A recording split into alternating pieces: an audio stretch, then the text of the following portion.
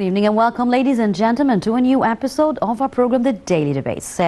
Monday evening, I'm Yasmin Bakir. Tonight, we are going to shed light on the efforts that are exerted by the Egyptian government in upgrading the tourist attractions, including, of course, museums and archaeological sites nationwide, and in a way that reflects the Egyptian history and civilization. We've seen a lot of renovations that have been ongoing during the past period. We've seen a royal golden parade for the mummies, where they have been transformed to the Egyptian Civilization Museum under the renovation that took place at this area. We're seeing also an anticipation for the opening of the GEM, the Grand Egyptian Museum, Egypt's gift to the world, as they say, where everybody is waiting to see what this Grand Egyptian Museum is going to hold in terms of artifacts, in terms of monuments and services that are up to the technological standards. So that's what we're going to be talking about in this regard during this episode.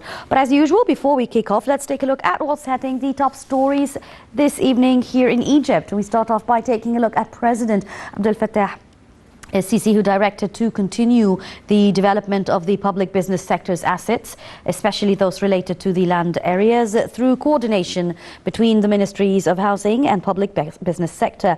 Now, this came during the President's meeting on Monday with the Prime Minister, Dr. Mustafa Madbouli, the Minister of Public Business Sector, Hisham Tawfiq, Minister of Housing, Asim Al-Ghazar, and the President's Advisor for Urban Planning, Amir Said Ahmed.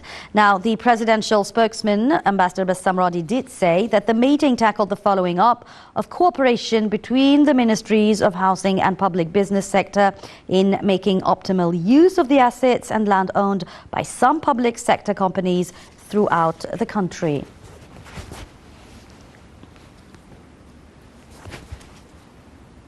In another top story, of course, also President Abdel Fattah Sisi has instructed to boost coordination among the state bodies and the companies of the private sector in order to expand the usage of natural gas-run transportation means, especially for buses and the trucks, as well as developing the infrastructure of charging and the maintenance stations. President Sisi's directives came during his meeting with the Director of the Vehicles Administration of the Armed Forces, General Kamil Wafi, and Assistant Director of the Vehicles Administration's Engineer Karim Gabor. The President also directed to expand the production of the public transportation buses and vehicles that work by electricity, with cooperation between the Ministry of Military Production and the private sector. The presidential spokesperson, Ambassador Bassam Radi, said that the meeting had reviewed cooperation between the state's private sectors, including heavy transportation, gas, electricity run trucks, in a way that meets the local market needs. On another note, the President also had witnessed on Monday the swearing of the Councillor Hussein Mustafa Fathi as the President of the State Cases Authority. The presidential spokesperson, Ambassador Bassam Radi, said that the President's met with the councillors Fathi after taking the constitutional oath.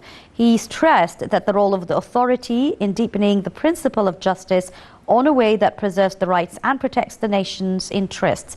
Ahead of the swearing-in ceremony, the President granted Councillor Abu Bakr al-Sadiq, the outgoing President of the State Cases Authority, the first-class order of the Republic, in appreciation of his efforts in a while he's in office.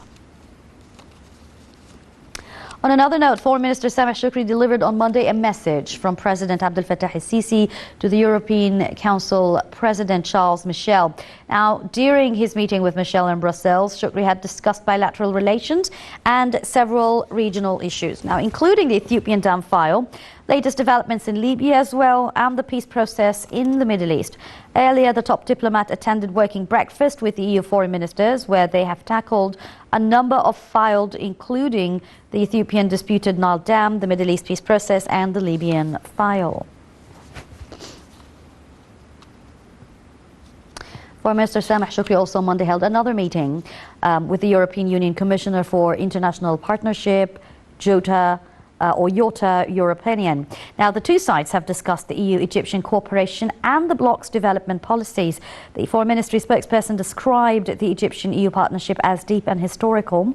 Also Monday, Shoukry met with the NATO Secretary General, Jens Stoltenberg, and on what they have discussed was the means of boosting the Egyptian-NATO partnership and enhancing cooperation in a number of fields, including cybersecurity, combating terrorism and illegal migration.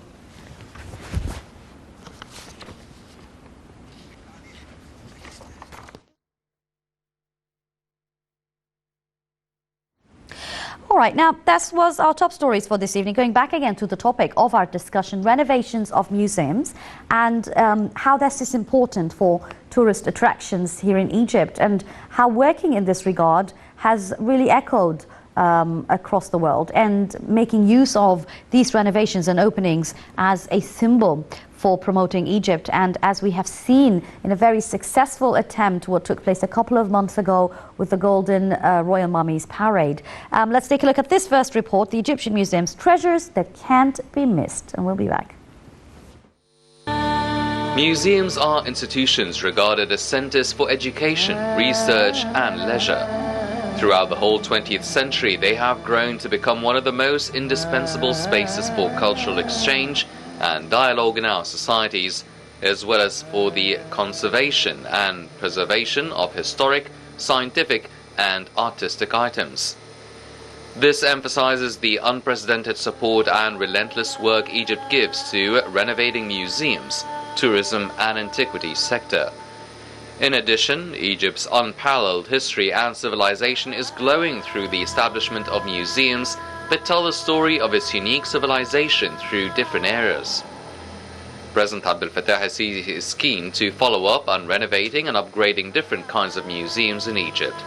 President al-Sisi has called for exerting further efforts in the projects of the tourism sectors nationwide, with coordination and integration among all bodies concerned. These efforts aim to restore the glamour of the Egyptian archaeological sites and to highlight the Egyptian civilization and cultural legacy over the ages. This shall be achieved through the comprehensive restoration of all archaeological sites, especially those in Greater Cairo, that already has great ancient and diverse history, so that it would be an open museum like those in other capitals around the world. The Ministry of Tourism and Antiquities is also keen on achieving the digital transformation in cooperation with all concerned government bodies, such as establishing a centralized database to register and document all antiquities and to connect them electronically, those in museums or exhibitions. The latest governmental efforts resulted in the opening of various museums in Egypt, including the Royal Chariots Museum, Sharm el-Sheikh Museum and Kafr Sheikh Museum.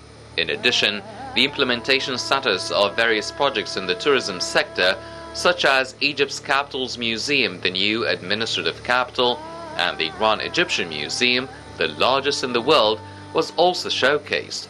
Moreover, the current efforts exerted to develop a number of archaeological and cultural sites in Greater Cairo.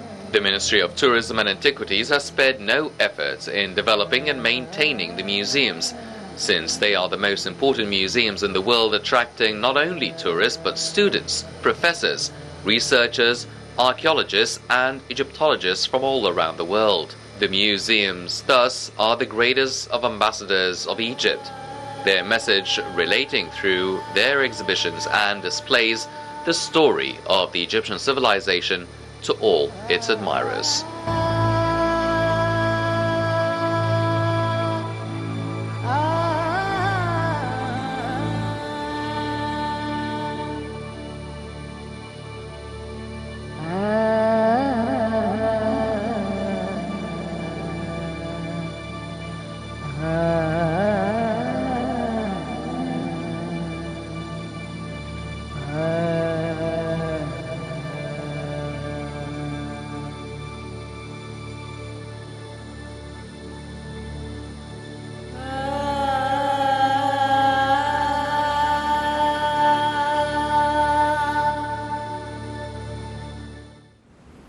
Welcome back again. You're still watching us here on the Daily Debate here on Nile International Studios. And to shed further light on the topic of discussion for this evening, I'm very much delighted to have joining me over the phone Dr. Alaa Shahin. He's a former Dean of School of Archaeology at Cairo University. Thank you for joining us, Doctor.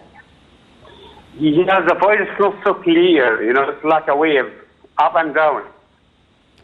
All right, I haven't asked yet the question. I was just welcoming you. So can you hear me well now? Thank you for joining us, Doctor. At least say the question so I could pick it.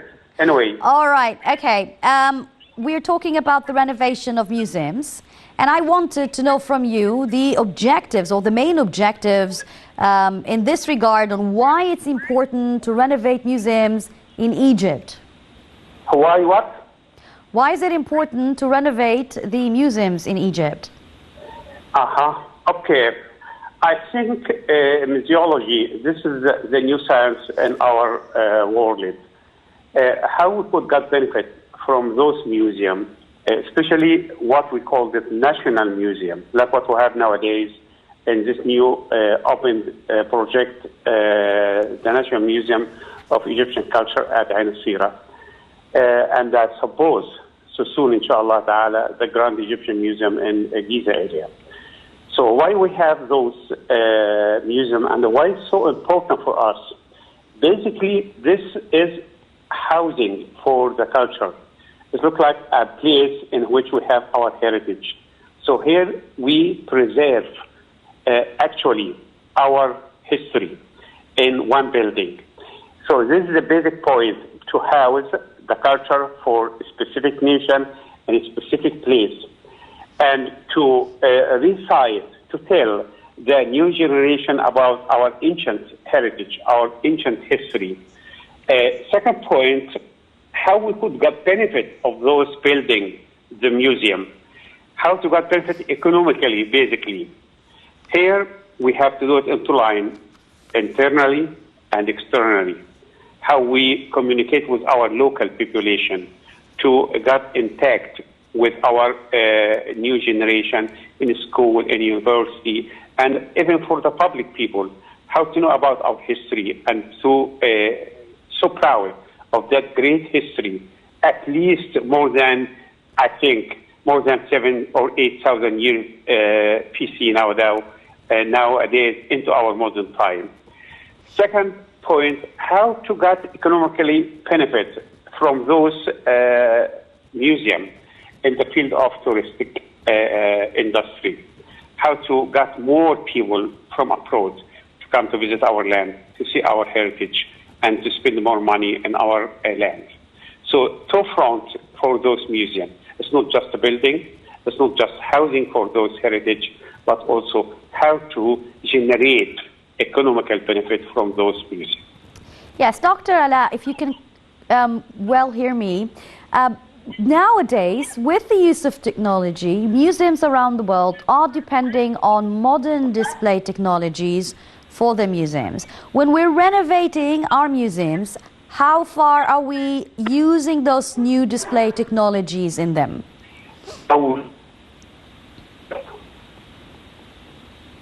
The last part of the question. How far we could use the benefit from what? When we are Hello? adhering to the latest... Can you hear me? I was asking you, yes, I was asking you, Dr. Alaa, about how the Egyptian museums can adhere to the latest display of technologies, since technology plays a vital role in our lives today. If correct, I answer your question correctly, because I have problem with communication, just from the starting to speaking.